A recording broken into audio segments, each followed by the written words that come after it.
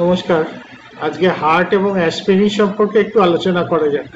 দেখা যাক অ্যাসপিরিনের সঙ্গে হার্টের কি সম্পর্ক রয়েছে, যাতে অ্যাসপিরিন খেলে হার্টের রোগীরা অনেক ক্ষেত্রেই ভালো থাকেন, বিশেষ করে তাদের হার্ট অ্যাটাকের সমস্যার মধ্যে পড়তে হয় না এবং দীর্ঘদিন দেখা যায় তারা বাইপাস বা স্টেন্টের মধ্যে না প্রবেশ করেও সুস্থ থেকে বহু বছর কাটিয়ে দিতে পারছেন।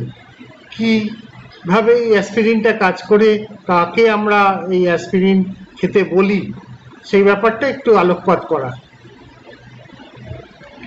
এটি দেখা যাচ্ছে একটি হার্ট, যে হার্ট আমরা জানি সারাদিন অনবরতভাবে পাম্প করে যায়, তার মধ্যে রক্ত আসে, সেই রক্ত সে পাম্প করে আবার সারা শরীরে পাঠিয়ে দেয়।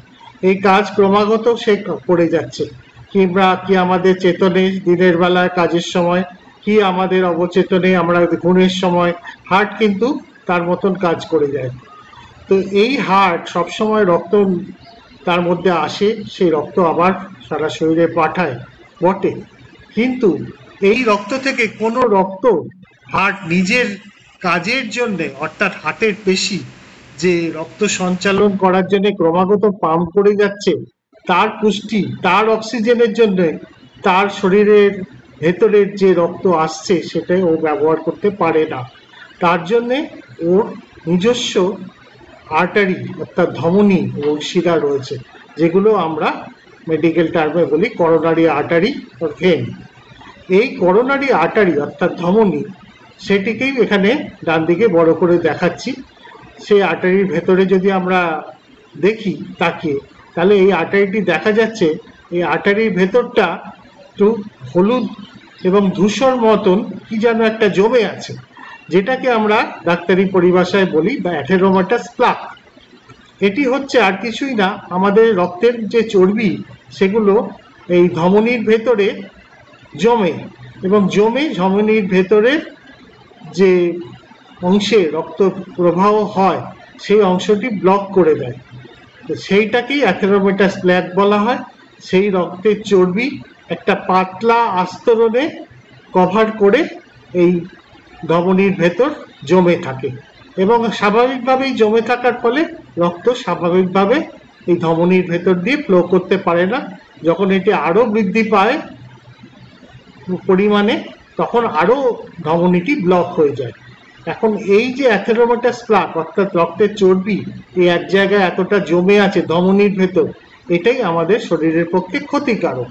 কি ক্ষতিকারক? প্রথমত, রক্ত স্বাভাবিকভাবে এর ভেতর দিয়ে যেতে না পারায় আমরা যখন হার্টকে অধিকভাবে কাজ করতে বাধ্য করি, অর্থাৎ ধরুন দৌড়চ্ছি, কাজ করছি, কোনো চিন্তায় যাচ্ছি, যখন হার্ট রেট বেড়ে যায়, তখন যে পরিমাণ রক্ত এর ভেতর দিয়ে যায় তার তুলনায় হার্টের রক্তের ভেতরের অক্সিজেন এবং পুষ্টি, নিউট্রিশনের চাহিদা অনেক বেশি থাকে। তখন এই যে ভারসাম্যের মধ্যে ব্যাঘাত ঘটে, তখন রোগী বলেন যে আমার বুকে ব্যথা হচ্ছে। কেন হচ্ছে? এই যে আমরা দেখছি হলুদ সবুজ রঙের এই অ্যাথেরোমাটাস প্লাক ভেতরটি বুজে রেখেছে, এই বুজে থাকার জন্য আংশিকভাবে রক্ত চলাচল ব্যাহত হচ্ছে। আবার যখন হার্ট নর্মাল রেটে চলে আসছে, আমরা জোরে কাজ করা বা চিন্তা দুশ্চিন্তা থেকে আবার নর্মালে ফেরত আসছি, তখন রক্ত এর ভেতর দিয়ে যতটা যাচ্ছে ততটাই হার্টের পক্ষে যথেষ্ট। তখন তার সেরকম কষ্ট আর সে বুঝতে দেয় না। কিন্তু আরেকটা দিক হচ্ছে, এই যে অ্যাথেরোমাটাস প্লাক আমরা দেখতে পাচ্ছি, এটা একটা পাতলা আস্তরণ বা আবরণ দিয়ে কভার করা থাকে। সেই পাতলা আস্তরণ বা আবরণ যেটা অ্যাথেরোমাটাস প্লাক এই যে আমাদের এই করোনারি আর্টারি লোমেনের ভেতর কভার করে রাখছে, সেইটাই পাতলা আস্তরণটা কখনো কখনো ছিঁড়ে যায়।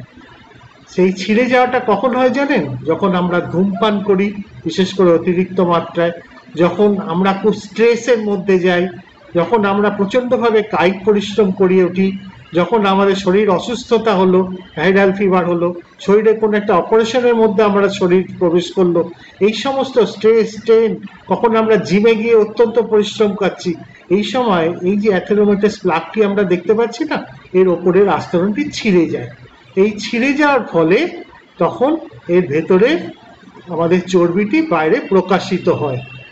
এই দেখুন, চর্বিটি আস্তরণটি ছিঁড়ে গেল। ছিঁড়ে যাওয়ার ফলে এটাকে আমরা বলা হয় প্লাক রাপচার। এই প্লাক রাপচার হলে কি হবে, এই প্লাকের ভেতরে যে চর্বি এবং আনুষঙ্গিক জিনিসপত্র আছে যেমন কোলাজেন ইত্যাদি এক্সপোজড হয়ে গেল ব্লাডের কাছে। তার ফলে কি হয়, তার ফলে ওখানে প্লেটলেট জমা হতে থাকে। প্লেটলেট ব্লাডের মধ্যেই থাকে, সেগুলো সব এসে জমা হয়, তারপর আরও প্লেটলেট জমা হয়, দিয়ে প্লেটলেট অ্যাকুমুলেশন করতে থাকে, জমা হতে থাকে, তার ফলে তৈরি হয় প্রাইমারি প্লেটলেট প্লাগ। এবং এই প্রাইমারি প্লেটলেট প্লাগ এবার ব্লাডের ভেতরের আরও আনুষঙ্গিক জিনিসপত্রকে ডেকে আনে, যেমন ফিব্রিনোজেন বা ইত্যাদি জিনিসপত্র দিয়ে তৈরি হয় ক্লট। এই দেখুন একটা ক্লট তৈরি হয়েছে।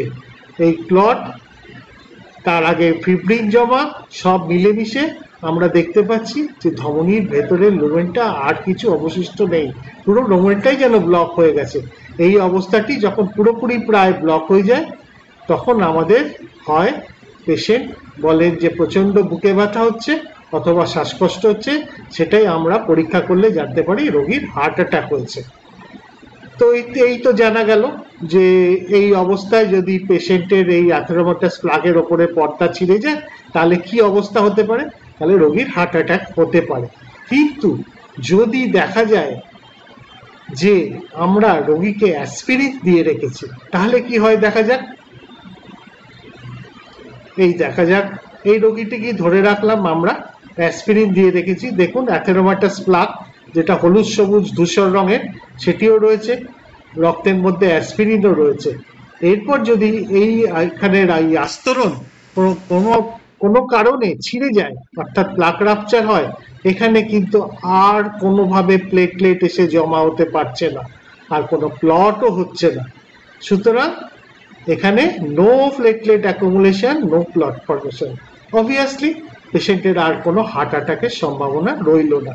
যদিও ছিঁড়ে গেল উপরের পর্দাটা, কিন্তু এই অ্যাসপিরিনের প্রভাবে কোনো রকম প্লেটলেট প্লাগও হলো না, কোনো রকম ক্লট ফর্মেশনও হলো না। তাহলে রোগী ভালো থাকলো, হার্ট অ্যাটাকও হলো না। তাহলে এবার সামারি করে বলা যাক, হ্যাঁ অবশ্যই অ্যাসপিরিন এটি রক্তে প্লেটলেটকে নিয়ন্ত্রণ করে যাতে অপ্রয়োজনীয় জমাট না বাঁধে। প্রতিদিন মাত্র 75 থেকে 325 মিলিগ্রাম অ্যাসপিরিন খেলে এই ঝুঁকি অনেকটাই কমে যায়। 50 বছরের বেশি পুরুষ, দীর্ঘদিনের বুক ব্যথা অর্থাৎ অ্যানজাইনা, বিশেষ করে হাঁটতে গেলে বুকে ব্যথা, সেটা পুরুষ মহিলা নির্বিশেষে, অথবা আগে হার্ট অ্যাটাক হয়েছে সেটিও পুরুষ এবং মহিলা নির্বিশেষে, এদের ক্ষেত্রে অ্যাসপিরিন খুব ভালোভাবেই প্রযোজ্য। তাতে দেখা গেছে যে হার্ট অ্যাটাকের সম্ভাবনা অনেক কম। কিন্তু মনে রাখবেন অ্যাসপিরিন সবার জন্য নয়, নিয়মিত খাওয়ার আগে অবশ্যই ডাক্তারের পরামর্শ নিন, নিজের সিদ্ধান্তে খাবেন না। সবাই সতর্ক থাকুন, সুস্থ থাকুন, ভালো থাকুন, নমস্কার।